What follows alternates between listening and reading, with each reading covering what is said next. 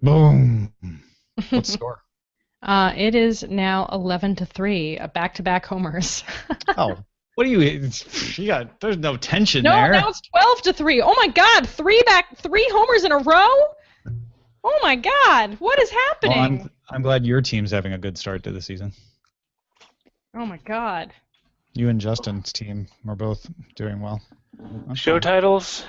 Yes. Leading the pack is Sexy Self-Driving Robot, followed by Living in the Robot Ghetto, or Ghetto. Third is little baby bot was born in the ghetto. This ISP contains no MSG, and nobody's touching contactless payments. I like what you did there, BioCow. Your ISP is loaded with trans fat. This ISP has a lot of high fructose cost services.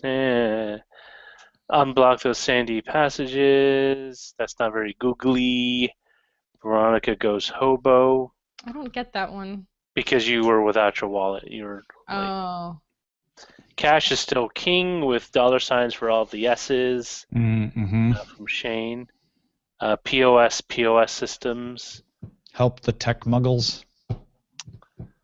Yeah. Don't poop can me, bro. Since in the poop can, 321 contactless. Contactless isn't paying off. Tesla Model 3 electric boogaloo. That's every electric car headline. Nissan Leaf, Chevy Volt, electric boogaloo. Too many payment systems. Your ISP's loaded with trans fat. It's funny. Trans my favorite. Nobody's touching contactless payment systems is leading the pack. And it's your favorite, both? It describes the episode pretty well. I think nobody's touching contactless payments is pretty funny. All right. Motion carried. Veronica, we were hearing echo from you. Oh, I'm sorry. It came and went throughout the show. Oh. I can hear it now, right when I'm sorry, I wasn't wearing headphones because they weren't. I don't usually wear headphones. If that had been an issue before, I would have worn headphones. It wasn't an issue till right before the show started, and it came and went. But I hear it now. Yeah. Bummer, Echo. I'm sorry.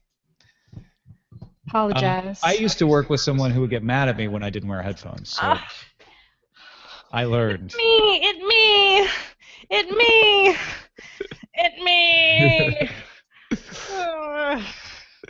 She was. My kid does the exact same thing.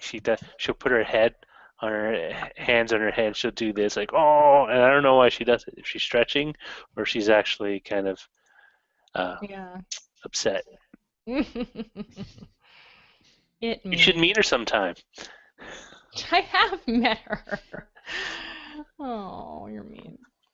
She walks and everything now. Jeez, like a little human.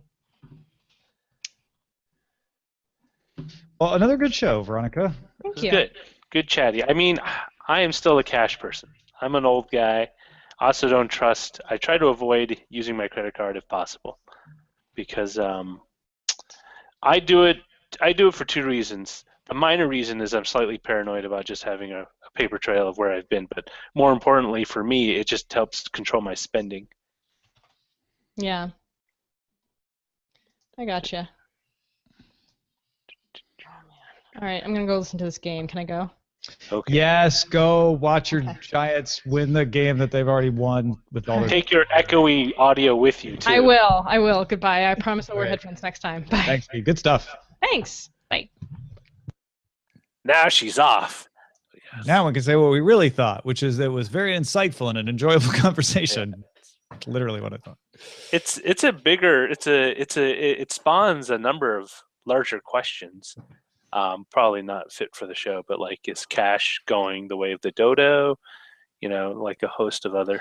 Yeah, I have a feeling, and this is entirely gut feeling. So this is one of those things where I'm like, I'm going to test this premise as things develop. I have a feeling that contactless payments, mobile payments, will replace credit cards, but they won't replace cash. I agree with you but I think it will take much longer than people anticipate. Like, I think credit card. Yeah, it might. I'm not remarking on that aspect of it. You may be right, but I think credit cards will go away, and people will have, and maybe credit cards won't go away, but maybe there'll be like a simplified device for people who don't want to use a phone. But so many people have phones, even in the developing world. Just can't imagine the phone's not replacing the card. I never understood why they couldn't come up with a system that you would put your thumbprint or fingerprint and then you would put a PIN number. Well, you don't need the PIN. Well, no. Well, the idea, of course, a thumb or something instead of having, having a device. Huh? That's what Apple Pay is. Well, no, but that's my point, is that you don't need that intermediary, right? It's like, oh, we take Visa. I'm in the Visa database. So, Yeah, well, for now, it is a necessary evil to transition to have that credit card. But I see what you're saying. Problem is, if you use your thumbprint as your number, then how do you switch banks? Well, the idea, of course, is that, this is the thing, is that instead of having Apple, well, I guess you could or whatever, but like your intermediary would be the Visa, MasterCard, whatever, and they would connect your bank to the payment system. In other words, they would always be that person that connects the user to their money, even if it wasn't, directly their bank. I mean, your bank could do it too, but I mean, the whole idea, of course, there's like 4 different entities involved with any credit card transaction anyway. It's not just you, your bank, and your money. Yeah. No. I totally understand. Yeah. The idea is, of course, to whittle it down to the bare minimum, or just go barter stuff. I think cash has a different reason, which is why credit cards haven't wiped out cash, or else debit cards would have just cash would have gone away. But people like cash because in some cases it's more convenient. In some cases it provides advantages that may or may not be entirely above board.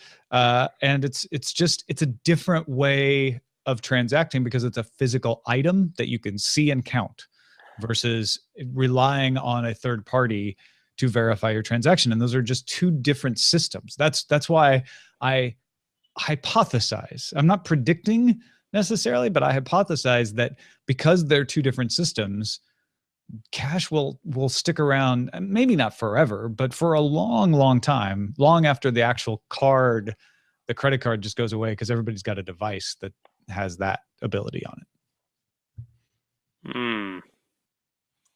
Cashless society. It's like the paperless office. I can't remember. So barter is a cashless society. Cash comes around because it's in a convenient way to store value. Yes. And the difference between cash and a credit card is it's a way to store value that doesn't rely on anyone else. All it relies on is the full faith and credit of everyone in the system, obviously. But it doesn't, if you've got a $5 bill, it's a $5 bill. You're not relying on someone to keep it for you or verify that it went from one person to another. You have the $5 bill, you give it to someone else. That's the attractiveness of Bitcoin, is that it can be like cash, where it doesn't rely on a third party. It relies on the blockchain. But even then, I think because it needs the blockchain and it needs that ledger, it's different than cash. It can never actually be the physical object. I think there's something intrinsically different about that. There doesn't need to be an infrastructure. Well, technically with cash, you do need an infrastructure because you need the government. I mean, you do for unbacked cash, but you wouldn't for gold coins or whatever. Yeah. I guess you always need somebody to press the money and handle the system, but it's less involvement than a blockchain. I mean, ideally, what you were saying about the full faith, with a dollar or pound sterling note, you have a faith that those respective governments will back and give you the worth that's ideally on the face of the currency. Mm-hmm. Which is why if you have a country that's going down the drain and it's just like falling apart, you get hyperinflation and everyone's trying to change their cash out for something. Yeah, for sure. And that's a good point, is that cash isn't without its issues. It's not, some people act like cash is something that they can just, it solves all the problems. It's perfect. And it's not. There are problems. There's also a level of control I think people feel. For example, like, I don't like my bank. I'm going to take all my money as bills and shove it in my mattress and close my account. And this was a thought experiment done because recently, when Sweden's central bank went into negative rates, and Sweden is among developed nations has the highest number of people who use electronic forms of payment in everyday society. So people use less cash than say like Britain or the U.S. That's counting credit cards as an electronic payment. Yeah, exactly. So we're not, in case people are like, wait a minute, you just said China had 40%. We were not talking about contactless payment. We're talking about like not using cash for payment. Yeah. And the whole idea was like, well, with negative interest rates, that means you aren't getting any value out of your savings account. And unless you had a way to withdraw your money and take it as cash, like say they got rid of cash currency entirely in Sweden, you would be at the mercy of the bank, making sure they wouldn't screw you on rates. So like that $100 you have in your account doesn't slowly whittle down to like $98 or 99 kroner or whatever. As it goes down, because there's no other way for you to take it out unless you transfer it to another bank, because it's electronic, unless you get like a giant IOU, digital IOU from the central bank. Right. Which is why I never understood how future societies like Star Trek worked. Like you need something, I guess. I think I feel like it was a not fully developed concept. I think the concept was very simple, which was like everything is in such abundance because of replicators and such that you don't need to buy things. And so they jumped from there to saying, and there's no money. But I do think there was money. There had to be money for other types of things. Well, there must have been some kind of transactional system, even if it wasn't for profit. Well, they've mentioned costs, the cost of things, like ships, and it's just like, well, if something has cost, then what are you paying? You're not replicating the entire ship. So the cost of a ship is the metal and the labor and whatever. Maybe the labor is free because everybody can be fed and clothed and housed in whatever level of luxury they like.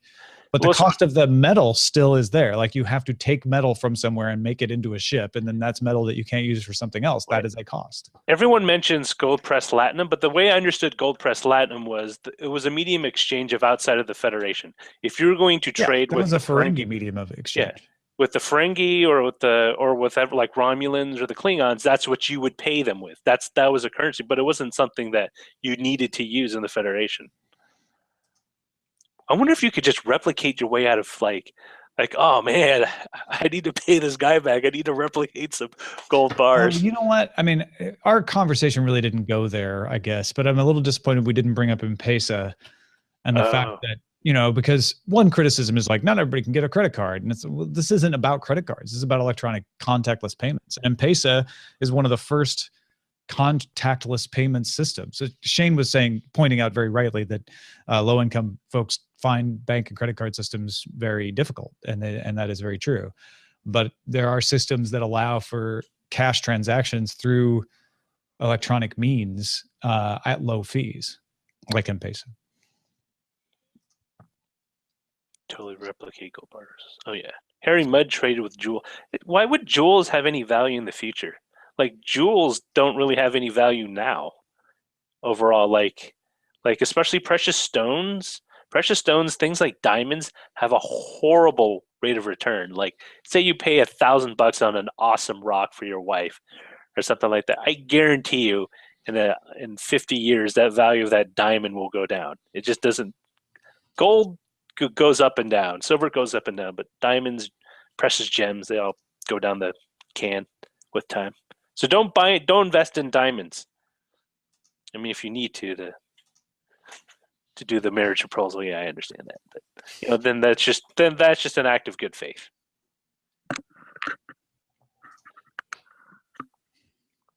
Oh, I already talked to my wife about that. She was like, I went with I didn't go with a sapphire. I wanted a gem that had the same color as Bombay Sapphire, the alcoholic beverage, and regular sapphires. I think were a little too blue. I forgot. It came out to be a pretty awesome stone, so I'm not worried about it. She married me in the end anyway, so. That's what matters. Yeah, because marriage is built on the solid foundation of routine. Remember that. That's what I learned for The Simpsons. When what the heck is Bart's best friend, Milhouse. What's the Van Housen's? Van Housen split up. One day, Homer, you're gonna come home and you're gonna find a bunch of hot dogs defrosting in the sink.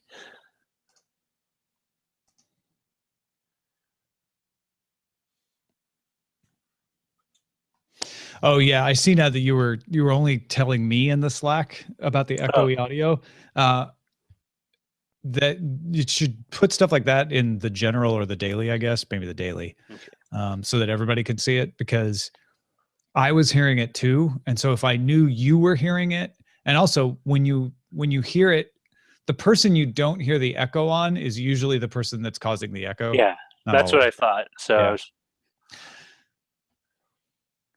So no one told Veronica, and I didn't either. My bad. I should have told her. Oh, there's a standard payment term change at a vendor that I haven't worked with in 5 years. Decades. Yeah. But I'm still on their email list. All right. Well, thanks everybody for watching or listening, and we'll talk to you later.